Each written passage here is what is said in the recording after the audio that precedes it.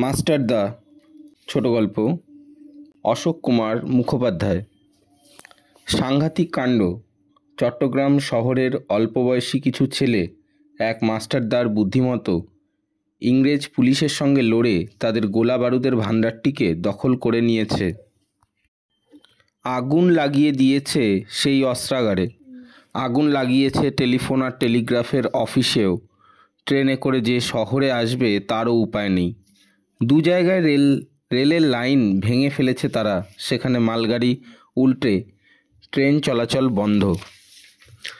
চট্টগ্রাম ইংরেজ শাসন থেকে মুক্ত এমন এক ঘোষণা করেছে সেই ছেলের দল।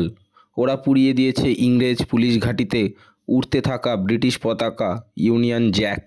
সেখানে উঠছে স্বাধীন ভারতের পতাকা। ভারতবর্ষ শাসন করতে এসে ইংরেজরা বোধহয় এমন মার এর আগে কমই খেয়েছে। তারা মনের সুখে রাজ্যপাট চালিয়েছে এতদিন। ভারতবাসী দিনের পর দিন খেটে গেছে, আর সেই খাটুনির ফল ভোগ করছে সাদা চামড়ার ইংরেজ। প্রতিবাদ করতে গেলেই এদেশের মানুষের কপালে জুটেছে অত্যাচার। এদেশে রাজত্ব করতে এসে তাদের স্পর্ধা একেবারে আকাশ ছুঁয়েছে। কোনো কোনো প্রতিষ্ঠানে সাদা চামড়ার লোক ছাড়া অন্য কারো ঢোকার অনুমতি নেই।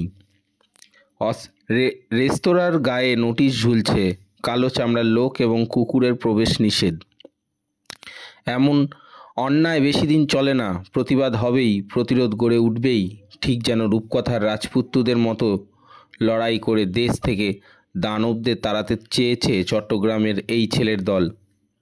তাদের মনে হয়েছে ভারতবর্ষের একটা জায়গায় যুদ্ধ করে যদি ইংরেজদের তাড়ানো যায়, সারা দেশ জেগে উঠবে। আর সকলেরই তখন মনে হবে, তাহলে তো আমরাও এমনভাবে লড়াই করে ইংরেজদের অত্যাচার বন্ধ করতে পারি, তাদের তাড়াতে পারি। দেশ আমাদের মা, সেই ভারত মাতাকে ইংরেজ দানবের কবল থেকে মুক্ত করতে পারি।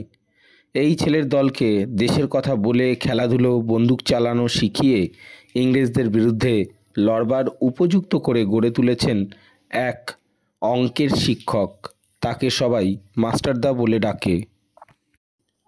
কে এই মাস্টারদা, যার কথায় ছেলের দল ইংরেজদের বিরুদ্ধে মরণপণ লড়তে পারে?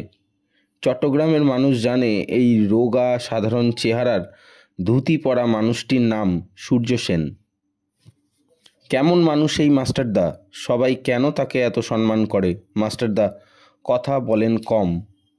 মজাটা হলো, মাস্টারদাকে বাইরে থেকে দেখে বোঝবার উপায় নেই তিনি এত বড় একজন নেতা।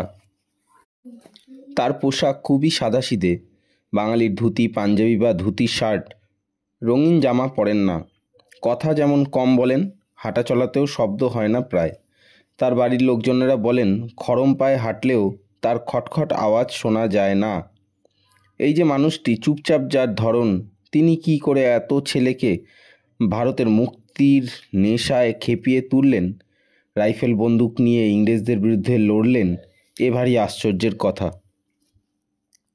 উমাতারা হাই স্কুলের অঙ্কের শিক্ষক সূর্যকুমার সেন নতুন মাস্টার, তাই ছেলেরা প্রথমেই বুঝে নিতে চায় লোকটি কেমন। তিনি গম্ভীর, রাশভারী, অঙ্ক ভুল হলে কড়া শাস্তি দেন, না একটু নরম সরম হাসি খুশি?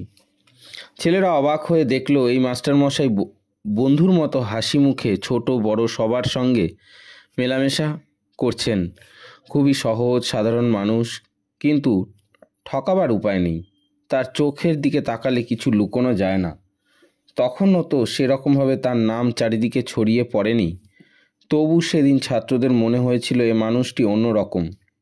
তার কথা মতো ছাত্ররা ভোর 4টের সময়